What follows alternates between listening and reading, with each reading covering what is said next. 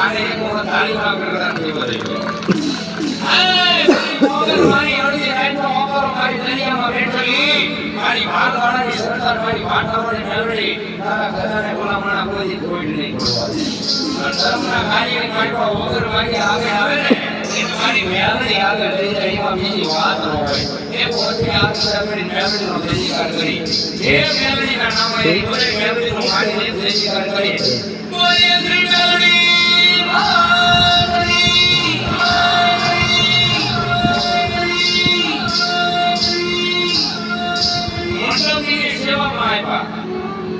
₹551 પાસે મંડપ સેવામાં ઉપરની 551